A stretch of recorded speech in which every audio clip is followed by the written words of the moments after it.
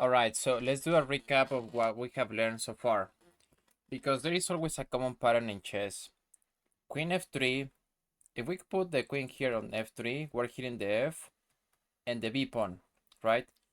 And there is also tactics when we put the queen on b3, and we're hitting exactly the same two pawns. So there is a symmetrical pattern there. Welcome back, everyone. For today's video, I prepared different openings where we see the geometry of chess in action. So there's gonna be practical advice on how to visualize the board, especially in the beginning. I mostly show e4 openings. If you are a d4 player, there is a little bit for you as well, but this is important for any player anyway.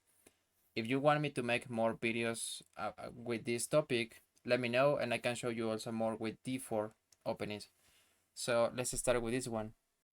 I would like to start by mentioning that the d pawn and e pawn are protected 4 times each, and the rest are going to be protected only once.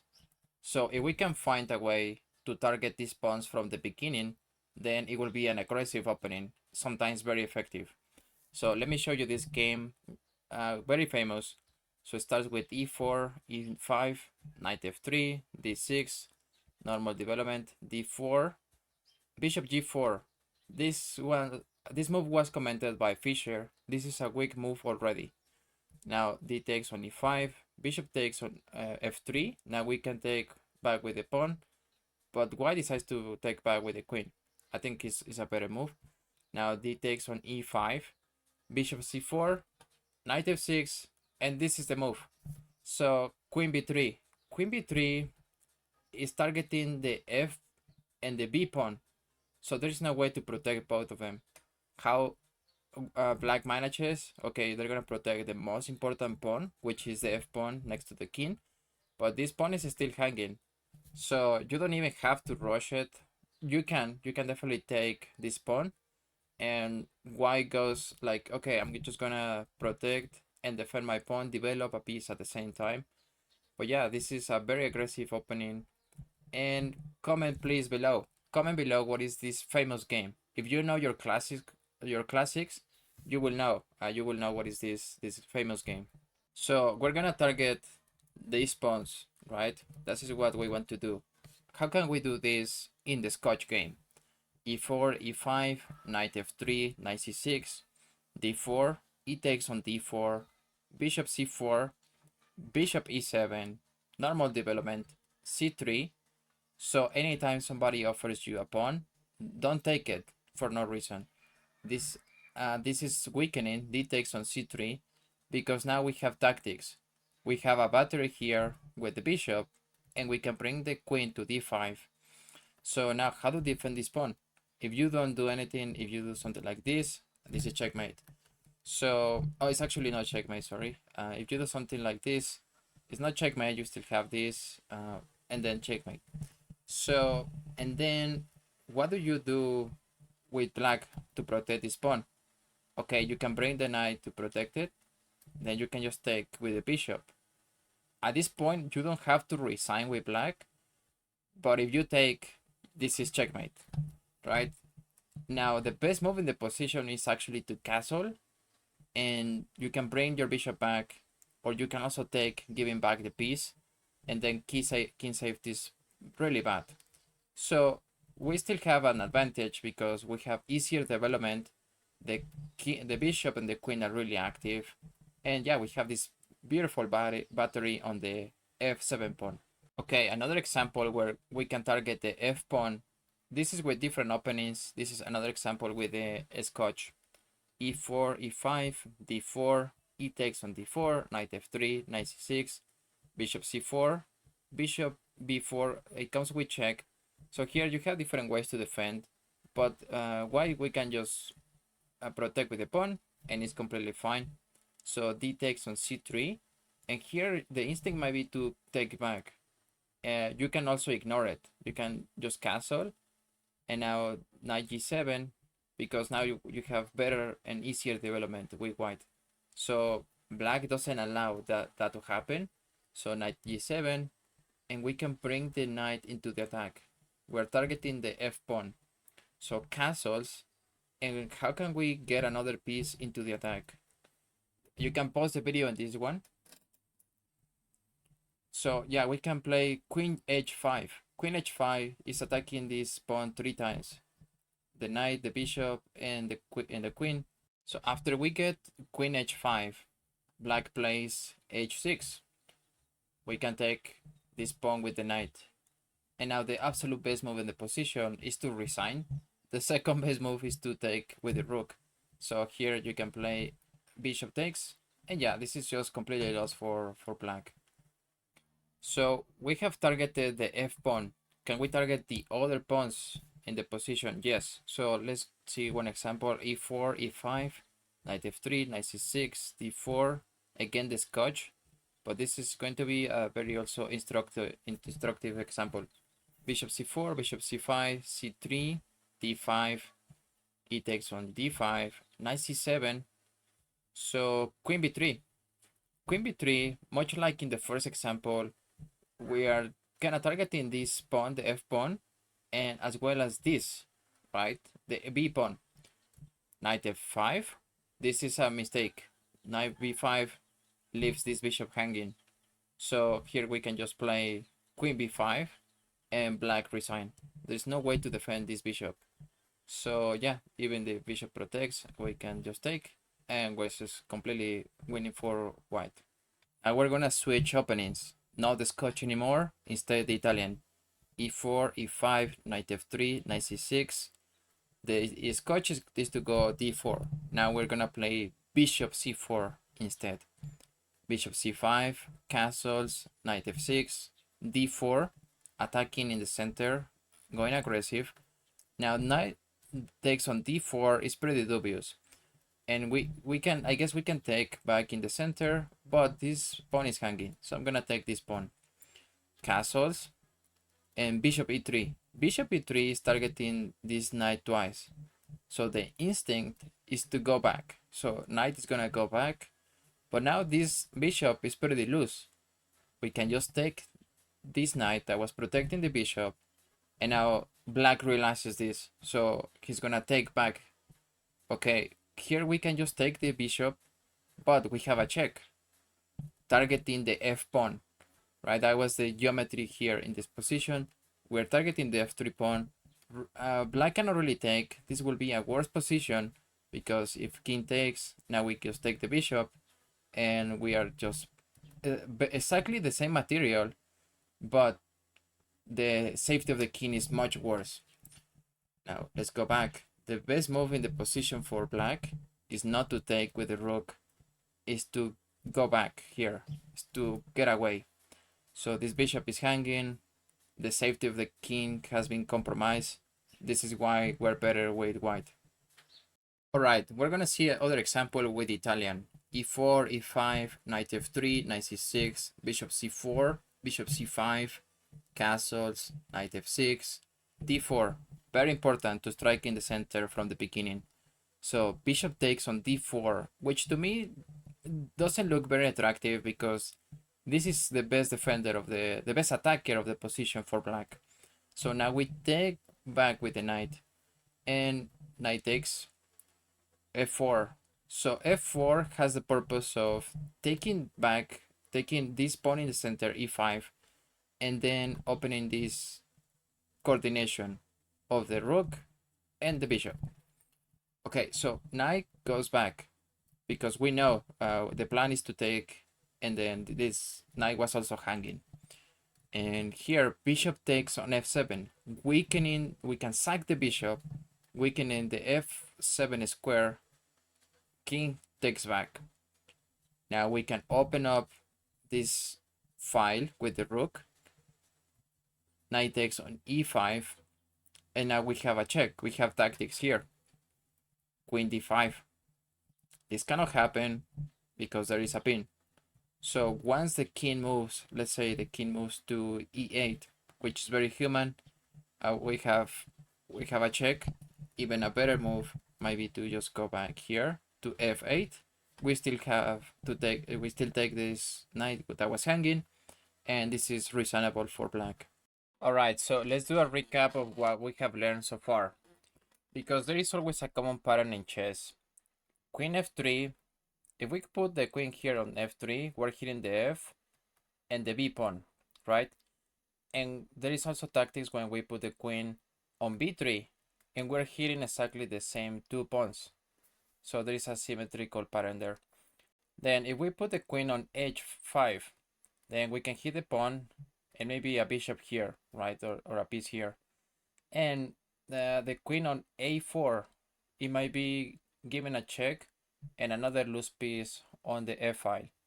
So there is some symmetry to those patterns. Let's check out an example with the Petroffs defense. We get e4, e5, knight f3, knight f6, d4 striking in the center, knight takes on e4. So bishop d3, d5, knight takes on e5. So this has been book moves. It has been played before. Knight c6, knight takes on c6, they take back with the pawn. Knight to d2, bishop to f5, developing the bishop. It says an accuracy, but it's a completely fine move. Queen f3, see how we put the queen on f3. Now we're hitting this pawn and over here. But there's gonna be other kind of tactic here. So queen d7, knight takes on e4, and queen e6, thinking like, oh yeah, I'm gonna attack this knight twice. But there's tactics here. Feel free to pause the video now.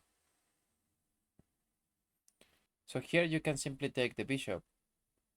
If they take, now you are forking the king and the queen, and if they take back with the bishop, this queen is hanging. And if they take back with the pawn, it's all the same. The queen is hanging. So yeah, I guess here is a common mistake, because you're thinking, oh yeah, I'm attacking this knight 3 times with black, so I'm gonna win a piece. Yeah, no, because there is tactics here. The geometry of the board allows you to fork the 2 pieces, and now yeah, this is just completely lost. Black resigns. So what is the other lesson to be learned? The king's bishop is one of the best attackers in the position. So in previous positions, we saw a lot of examples where we put the bishop on c4, very important attacker, to the f pawn. Now, there is going to be other traps where we can set up something with bishop to d3.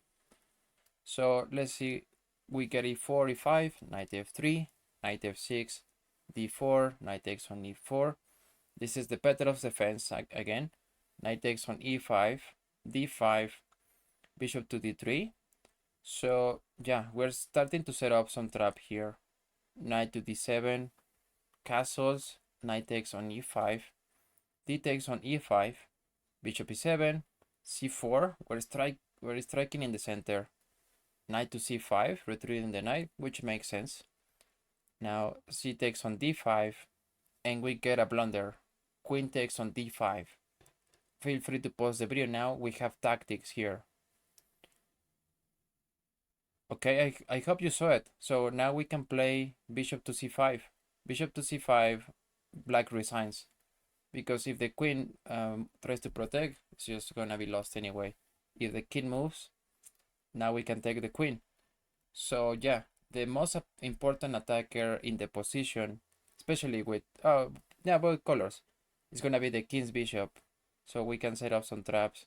It can be on c4 or d3. Very, very powerful piece. Can we achieve the same thing with black? Of course. So let's see where the queen is going to land. So the queen can go to b6, hitting the b and the f pawn. And it's less common, but it's also possible to land the queen on f6.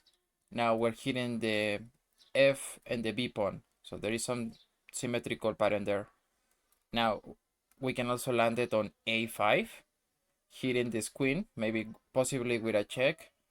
And if the opponent develop the bishop here, it might be hanging. So yeah, look for this triangle. Okay, the next one will be on h4. So the king's gambit, for example. And then you can hit the king here. And if there is a loose piece, maybe somewhere in the middle, or maybe here, then there might be also some opportunities to grab a piece. Let's see some examples of this. So we're gonna see one example with the French defense. E4, E6, D4, D5, knight D2, knight F6, E5, knight. So we have to move this knight to D7, bishop to D3. Has been played before. C5, we strike in the center. C3, knight C6, knight D to F3, rerouting the knight, and now we can play queen A5, right? So we're targeting this piece. Queen to D2, okay, just defending. C takes on D4, and C takes on D4, which is a mistake. This is a blunder, because now we can play bishop to B4. So see how we open the center by taking this, and this queen now is misplaced. So it kind of makes sense, but here a more natural move is maybe to play with this bishop, defending and attacking the queen. But yeah, that was kind of a blunder. Queen d2. We're gonna see other example with the French defense where we put this queen in a key square as we have seen before. We get e4, e6, d4, d5, knight d2, knight f6, e5, knight f2, d7. We have to move the knight. Bishop d3, c5, completely normal theory. C3, knight c6, knight to e2, c takes on d4, c takes on d4, f6. This is an important pawn break. Now f4. F4 is a huge mistake because it's weakening the king and the most important square of the only defender of this king, which is f4. Now we can take on e5 with the pawn. Once the pawn takes back, we have a sacrifice, and you can pause the video, try to see what is the tactic here. So yeah, we can take on d4. We can take here on d4, and now once the knight takes back, we have tactics here, right? So the tactic is to play queen h4, a key square in the position. So now they have to protect. They have to protect, or maybe move the king. Doesn't matter. The best move is to play g3. G3, now you recover this piece, and you have a better position with black. So yeah, it was just using here this geometry of the board, hitting the king, hitting the king, and going to the side of the board.